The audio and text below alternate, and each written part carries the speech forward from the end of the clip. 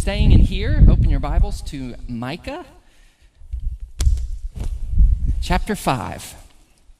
Micah chapter 5, that's where we'll read in just a moment, and we're continuing a series on Christmas carols called "O Come, Let Us Adore Him," and today, "O Little Town of Bethlehem," is where we begin.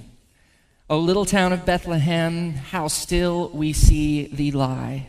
Above thy deep and dreamless sleep, the silent stars go by.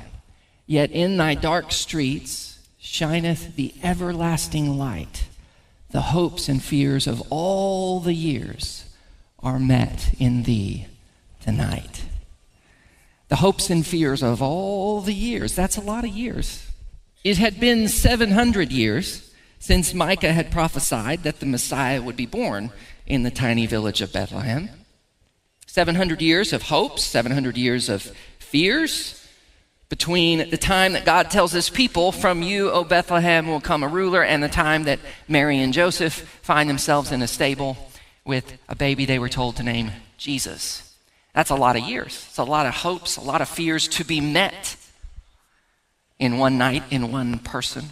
And this morning, as we spend a few moments in Micah chapter 5 and kind of dig into the history of what had to happen for that to be fulfilled, I think you'll see that really it's amazing that a prediction like this even exists, because 7 centuries is such a huge amount of time. I mean, consider that our country is only 250 years old. We're going to celebrate the 250th next year, right? The semi-quintennial something, there's a name for it. And so consider what kind of prediction someone 250 years ago would have made about cities or rulers or nations today, okay? And then expand that to 700 years. And you see how impossible it would be, apart from God, that is, to be this specific about a ruler coming from such a tiny, insignificant town. And so in Micah's time, the ancient world, I'll just give you the background on this, was dominated by a huge empire called Assyria, the Assyrian Empire. They were conquering everything in their path. Micah is a little bit unusual among prophets because he speaks to both Israel in the north and Judah in the south. There were 2 nations. They had once been one nation, but now they were kind of tearing each other apart. 10 tribes in the north, 2 tribes in the south. They were ignoring justice, trying to steal wealth from one another, and drifting farther and farther from God. And all the while, Assyria is up here, getting closer and closer to capturing Israel in the north. And so in the end, Assyria does capture the northern capital in 722 BC. And Micah, the prophet, is telling everyone down here in Judah, hey, this is a warning. Look at what happened to our neighbors to the north here. They've been conquered. This is what will happen to us. God will judge us too. And then Assyria keeps heading south. And they capture 10 fortified military cities, and then 20, and then 30, and then 40. And then after 46 walled cities had fallen to the Assyrian army, they were finally surrounding the city of Jerusalem. This was no longer a faraway threat. The army was knocking on the front door, so to speak. And this is when Micah speaks a word from the Lord. And you'll notice that the beginning of chapter 5 in Micah, it starts with the crisis. And so verse 1 says, "Marshal your troops now, city of troops, for a siege is laid against us. They will strike Israel's ruler on the cheek with a rod." This is the crisis that is facing them. The Assyrians are surrounding the city of Jerusalem. The image of the ruler being struck on the cheek carries the idea of helplessness, that if you were bound with your hands behind your back, then you wouldn't be able to defend yourself. You just blows to the face.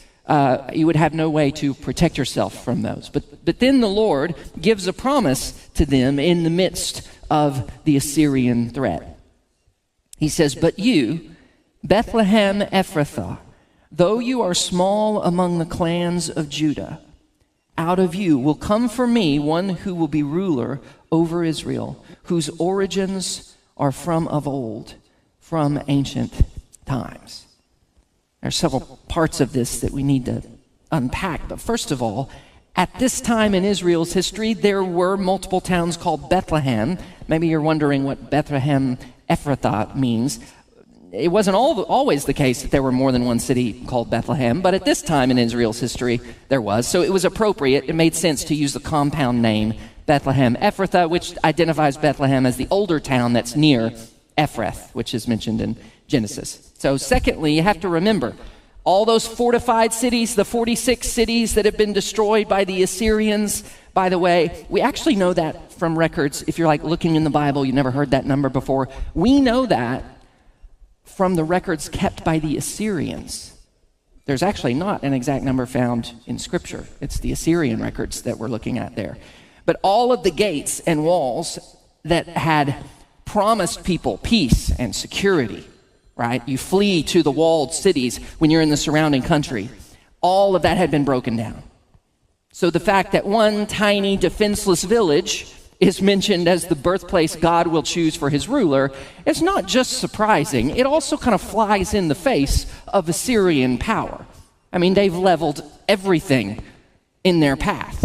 How is one tiny defenseless village going to produce a ruler? As if the Assyrians couldn't march right over to Bethlehem and wipe it out and put an end to God's plan so easily. Except that God is the one who decides which cities fall and which tiny villages stand. And what if in the calculations of empires and armies, what if in the logic of rulers, the fact that Bethlehem was so small, so unassuming and unnoticed, was precisely the reason it was spared? Maybe God's protection was to keep it small and humble. And then the last thing here is the final line, which is probably the most paradoxical line in any prophecy we have from the Old Testament, whose origins are from of old, from ancient times. What could Micah have thought about this? How did he conceive of this, that a future king would be born, but his origins, literally his going forth, is from ancient times? The word ancient times implies the earliest times, the furthest back you could go, so that the ruler may come from the same place as David, but actually he precedes David. It doesn't really make sense, unless it's some sort of heavenly figure. Might have been in Micah's mind, I don't know. And even though Micah himself probably didn't understand that fully, what it means for us on this side of the birth of Jesus is that God himself would become flesh.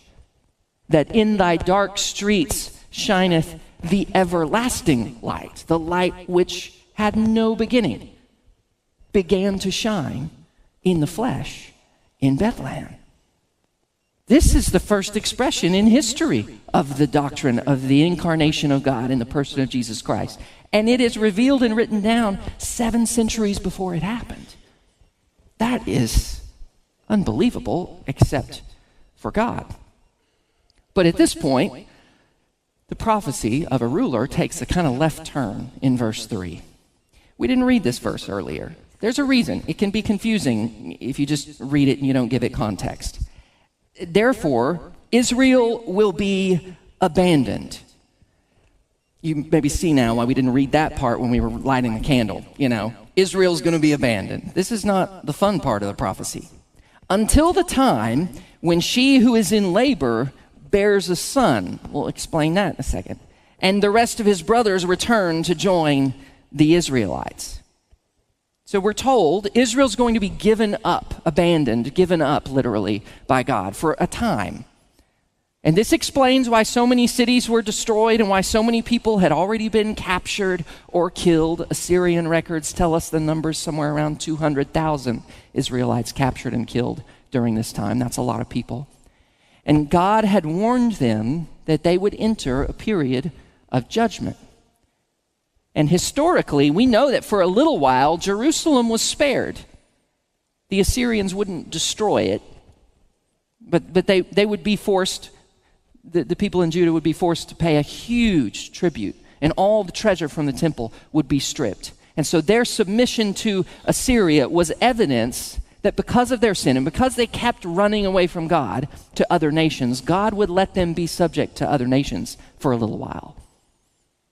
They kept calling on Assyria for help. Let's see what you think about Assyria being your master for 100 years. And then eventually they would be captured and carried away in exile by the Babylonians, who would level Jerusalem and destroy the temple. But God also promised restoration and hope, that the judgment would only last for a season. It was temporary. It would last until a certain moment when there would be a return of his brothers. That just means there would be a return, a regathering of Israel after exile. And it would last until she who is in labor has a son or bears a son. Which in context, you're probably thinking of Mary, but it's probably not talking about Mary. Rather, Micah calls the people earlier in the book daughter Zion. Okay, the nation, he calls daughter Zion, will experience labor pains. That's what they're told in chapter 4. They'll be taken away from their city. They'll be made to go to Babylon and forced into exile. And that is the pain that will come upon them like a woman in labor. And it will be intense pain, like labor pains. But what Micah is kind of announcing here as a word from the Lord is that God intends the labor pains of all the Assyrian oppression and then the exile to have a purpose and a plan that God was working out for their rescue and redemption. It will feel like death, perhaps, if you've been through labor. You can testify. But something is being birthed in and through it. And this is the perfect image in this case, because labor pains are simultaneously horrible, but also full of hope, aren't they? Labor pains actually do something. You know, they prepare for birth. They are necessary as a precursor to the life that is coming soon after. And so is it possible that what the Assyrians were doing was both terrible and also full of hope? Because God was using the labor pains to bring about a birth that wouldn't be possible without the labor pains. Is it possible that the destruction wrought by the Assyrians and then the Babylonians in the next century was already accounted for in God's plan? Let's look and see. In the 6th century, about 100 years later, the Babylonians had this policy of exile, of taking people away from their homeland, resettling them in different places in the empire. And this was partly strategic. It was a good idea in some ways. It forced people to create new communities and new cultures based on Babylonian teaching and politics and religion and all of that. But for God's people, what effect did that have? Well, the effect that it had was to produce a world where for the first time ever, the world had small pockets of Judahites, known as Jews or Judeans, scattered throughout. Rather than all the people of God gathered in one spot, they were now scattered. But without a temple, they couldn't practice their faith fully. So then later, in the late 6th century, in the 5th century, when the Persians took over, the Persian kings had a different policy. They said, hey, let's rebuild Jerusalem.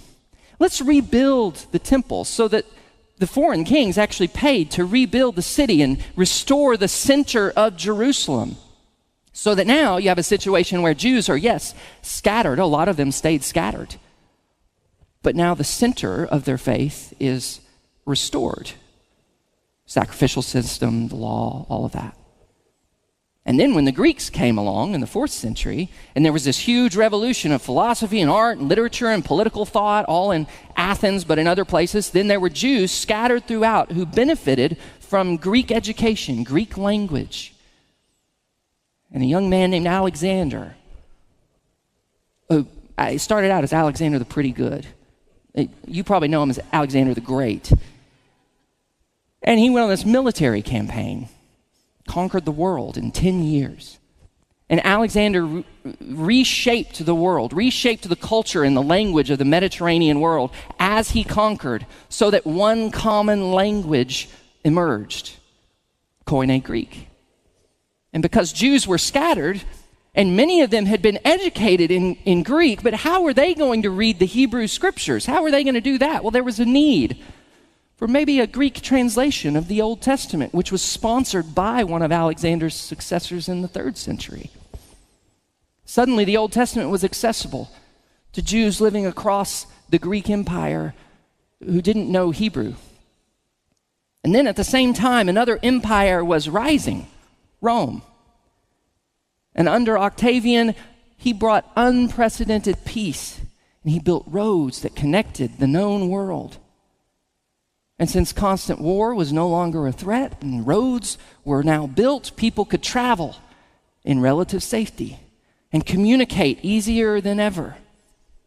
All of these things needed to happen.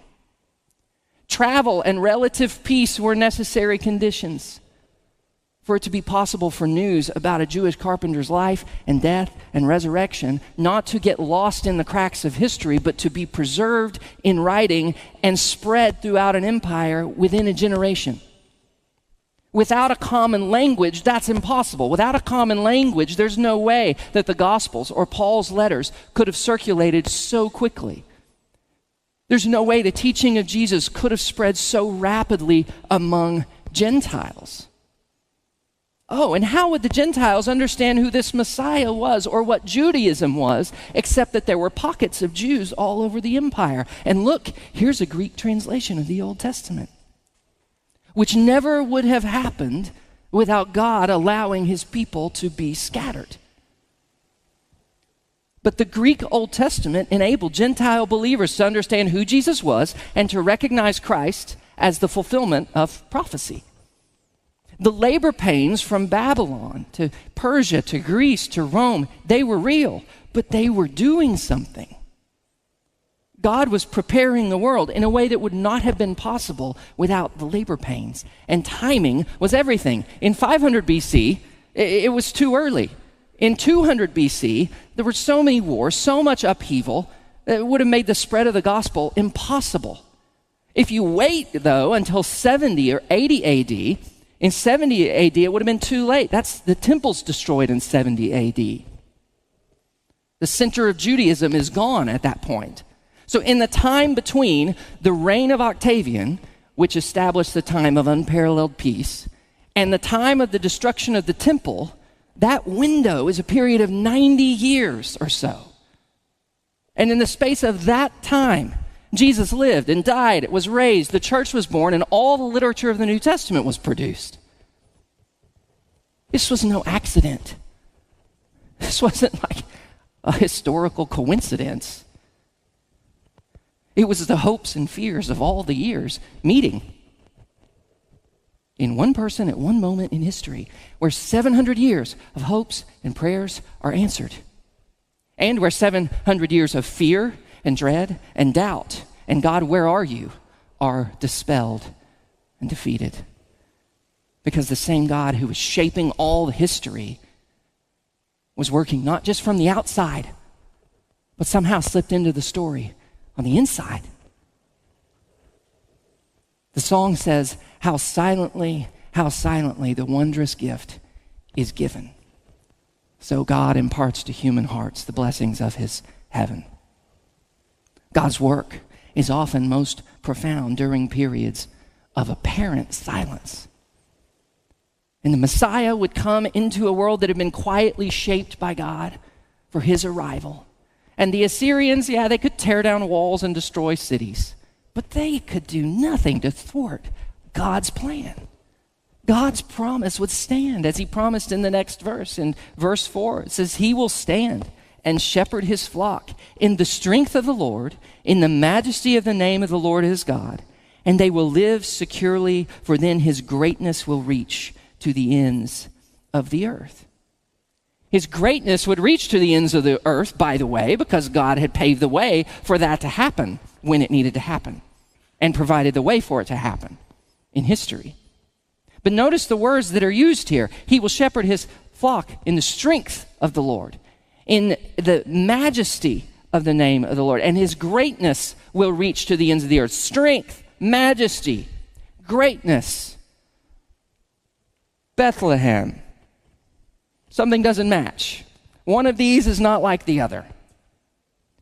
Bethlehem, this unimpressive, vulnerable little village, the everlasting light chose to shine there first as a vulnerable infant. And it happened like this, not because God didn't have any other options. God could have shaped history any way he wanted to, but because God delights in revealing his strength, his majesty, and his greatness in ways that confound our expectations and turn our pride on its head. And the strength of this king would be revealed in weakness, and the majesty of the eternal God would be shown not with royal robes, but in swaddling cloths. And the one whose greatness created the stars and the galaxies came down to be born in obscurity. See, the humility of Jesus Christ, it culminated at the cross, yes, but it didn't begin there. It began in eternity, or rather, never had a beginning, because this is the very nature of God's greatness. God's holiness and power and love is great because they are mixed with humility. This is a king who stoops lower and loves more deeply than we can imagine. And this is why his strength is trustworthy. It's why he is worthy of majesty, and it's why his greatness is actually good news. And if this is the shape of our Savior's story, if the one who bends all of history to his purposes chose obscurity and smallness and hiddenness, then our only faithful response is to pursue humility as Christ did. The carol says, where meek souls will receive him still, the dear Christ enters in.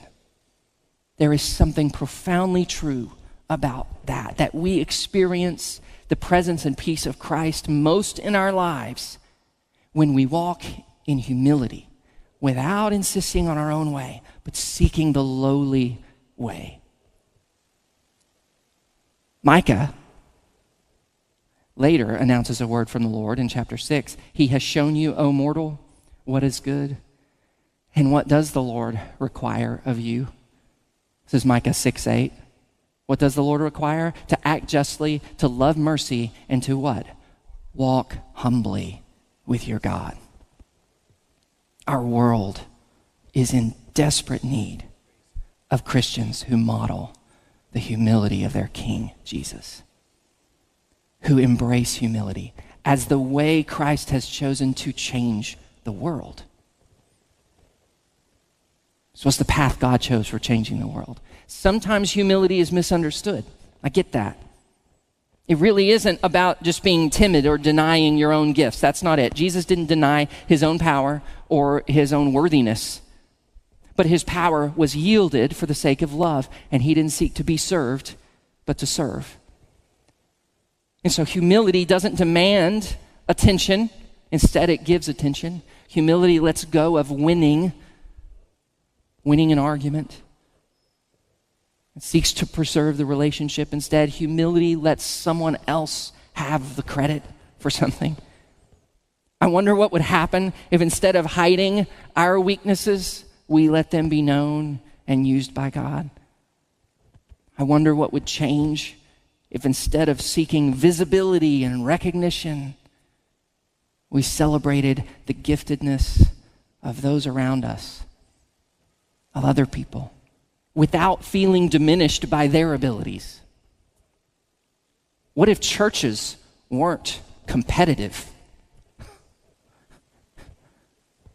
What if Christians weren't competitive, driven by ego to outdo others? You might be in a conflict this week. Do you think you could press pause on your normal reaction, on your normal tendency maybe to argue or get defensive, and in humility let the other person make their point, their argument, without refuting it, without pushing back against criticism or whatever? And you say, Collin, you mean just let them win the argument? But their point is wrong. I know their point is wrong. I'm on your side, okay? I know. They don't get it. I get it, okay? But where meek souls will receive him still, the dear Christ enters in. What if, when you press pause and embrace humility, there's a chance for Christ to enter in? for Christ to change your heart, or to bring peace in the tension, or to give you insight into what's really going on that has nothing to do with their point. What does God require of you? Being right? Or walking humbly with him? You might be in a position of authority. You might be in a position of influence. What if you intentionally look for ways this week to uplift or serve others, to benefit someone else's cause instead of advancing your own agenda? You might be in a situation this week where you notice there's a need. You see a place where maybe you could serve or meet a need. And maybe you have a choice to do something for someone so that you get recognition for it, or maybe you could do it in a way where you don't get any recognition whatsoever.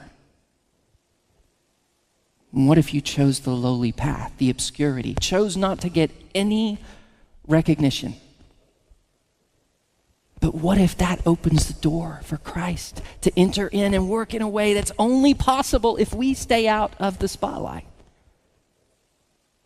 How could we maybe stop trying to be impressive and just start being available?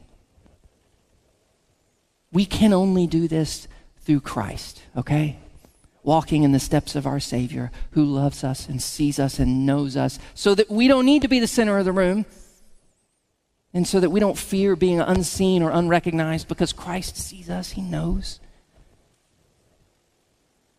Our Father says what is done in secret, he will reward us for that, so that we don't need to be seen as great in the eyes of others. Instead, we embrace the greatness of Christ, which is humility. God moving and working through history. We went through all the history, okay? God moving and working, it was not like there were labels on the historical time periods. It was slow, and it was patient, and it was hidden.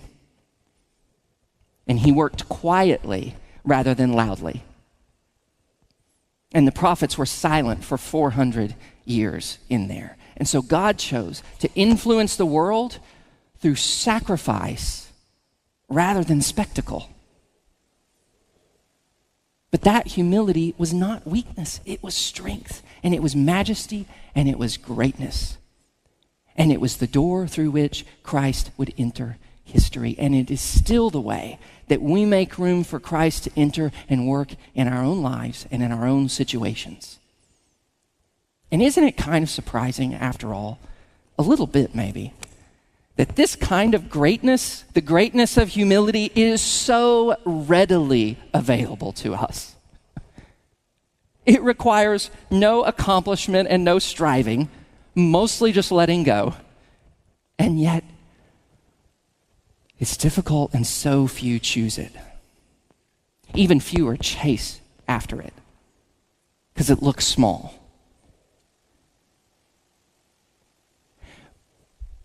But God has a way of taking what is small and using it to transform the world. Let's pray.